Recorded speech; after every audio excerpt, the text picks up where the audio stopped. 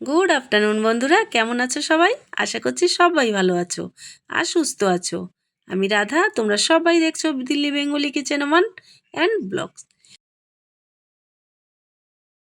চারা পোনার রেসিপি। তাহলে চারা পোনা বানাতে আমার কি কি লাগবে বন্ধুরা, তাহলে আমার সাথে থেকো, ভিডিওটা প্রথম থেকে শেষ অবধি দেখতে থেকো। আর সকল বন্ধুদের কাছে অনুরোধ রইল একটা লাইক দিয়ে পুরো ভিডিওটা দেখে নিও। আর যে সকল নতুন বন্ধুরা আছো, এখনও যারা আমার চ্যানেলটি সাবস্ক্রাইব করোনি, তারা ঝটপট করে আমার চ্যানেলটি সাবস্ক্রাইব করে নাও, যাতে এরকম সব রেসিপি ব্লগ ভিডিও যাই আমি দেই না কেন সবার আগে যাতে তোমাদের কাছে চটপট করে পৌঁছে যায়। আমি মাছে তো নুন হলুদ মাখিয়ে নিয়েছিলাম, তোমাদের দেখিয়ে দিলাম বন্ধুরা। ভাতটাও হচ্ছিলো এদিকে, ভাতটা আমি উপর দিয়ে দিয়েছি। এবার মাছগুলো আমি লাল লাল করে ভেজে নেব। এটা চারা পোনা গঙ্গার মাছ বন্ধুরা, দারুণ টেস্ট। এদিকে জল গরম বসিয়ে দিয়েছি তরকারিতে দেওয়ার জন্য, আর মাছগুলো এক এক করে আমি সব ভেজে নেব।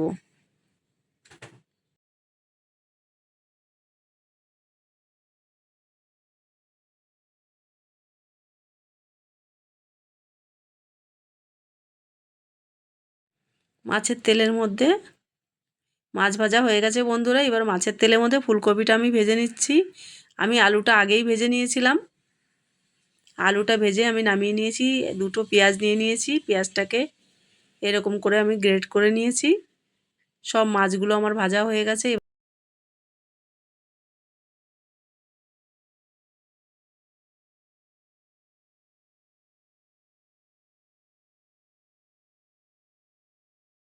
ফুলকপিটাও ভেজে আমি নামিয়ে নিয়েছি।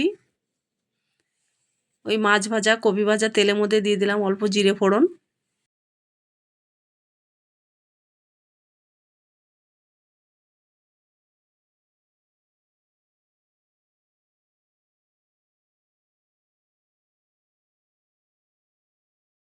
এবার দিয়ে দেবো গ্রেট করে রাখা পেঁয়াজটা।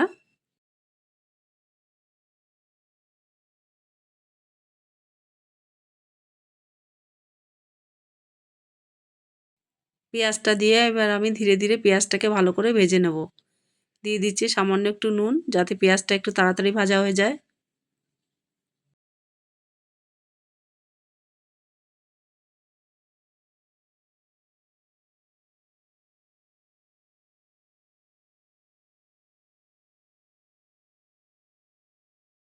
পেঁয়াজটা ভাজা হয়ে গেছে, দিয়ে দিচ্ছি বেটে রাখা লঙ্কা।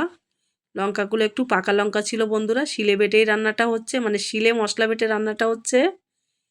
দিয়ে দিয়েছি লঙ্কা বাটা। এবার দিয়ে দিচ্ছি জিরে আদা বাটা। দিয়ে এবার আমি ভালো করে আবার কষিয়ে নেব মশলাটা।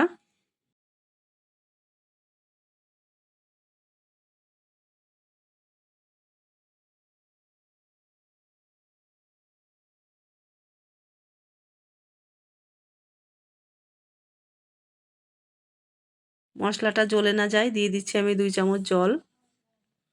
বন্ধুরা, রান্নায় সবসময় গরম জল ব্যবহার করতে হয়, আমি সব সময় বলে থাকি সেটা। এতে রান্নাটাও ঝটপট হয়ে যায়, খেতেও ভালো লাগে, কালারটাও ভালো হয়। দিয়ে দিচ্ছি হলুদ, কালারের জন্য 2 চামচ দিয়ে দেবো হলুদ।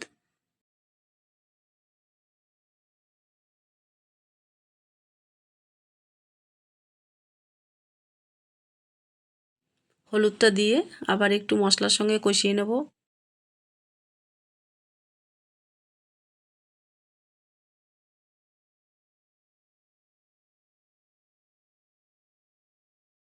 মশলাটা ভাজা হয়ে গেছে, এবার দিয়ে দিচ্ছি ভেজে রাখা আলুটা। আলুটা দিয়ে নেড়ে চেড়ে এবার আমি দিয়ে দেবো ভেজে রাখা ফুলকপিটা। ফুলকপি দিয়ে আবার আমি ভালো করে একটু মশলার সঙ্গে নেড়ে চেড়ে কষিয়ে নেব।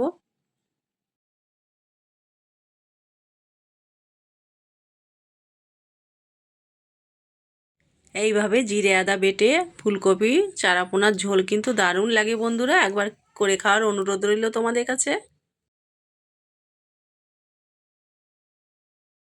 সবজিটা মশলা দিয়ে কষিয়ে নিয়েছি, এবার লাস্টে দিয়ে দিচ্ছি বেটে রাখা গরম মশলা।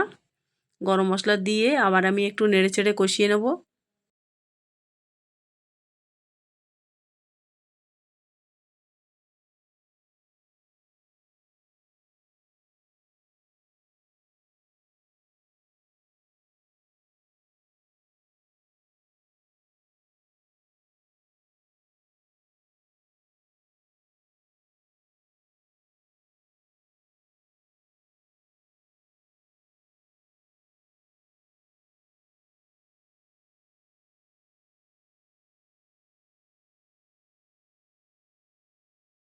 এবার অ্যাড করে দেব গরম জল।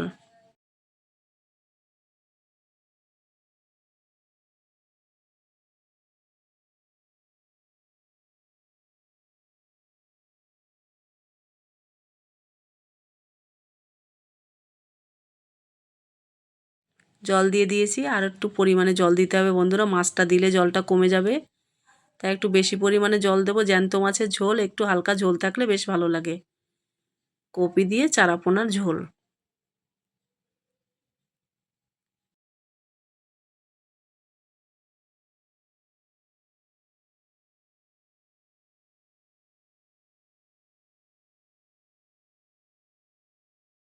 তরকারিটা আমি 2 মিনিট ফুটিয়ে নিয়েছি। এবার দিয়ে দিচ্ছি আমি ভেজে রাখা মাছটা। মাছটা দিয়ে বেশি নাড়া যাবে না বন্ধুরা, গোটা গোটা মাছ ভেঙে যেতে পারে।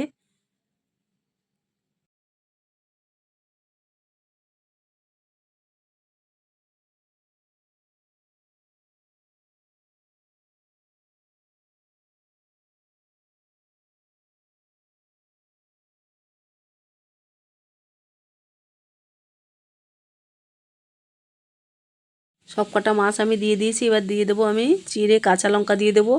উপর থেকে কাঁচা লঙ্কা চিড়ে দিলে বন্ধুরা তরকারির স্বাদ কিন্তু অনেকটাই বেড়ে যায়। যার লঙ্কা খাওয়ার সে চিবিয়ে চিবিয়ে খেতে পারে লঙ্কাটা।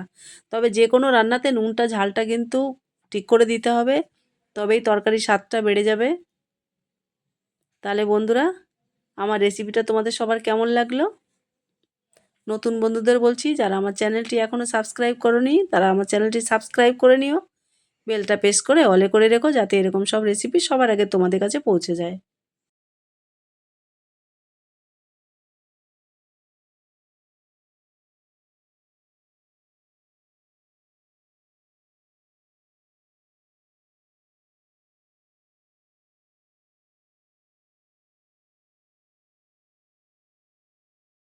মাছটা দিয়ে আমি 3-4 মিনিট একটু রান্না করে নিয়েছি।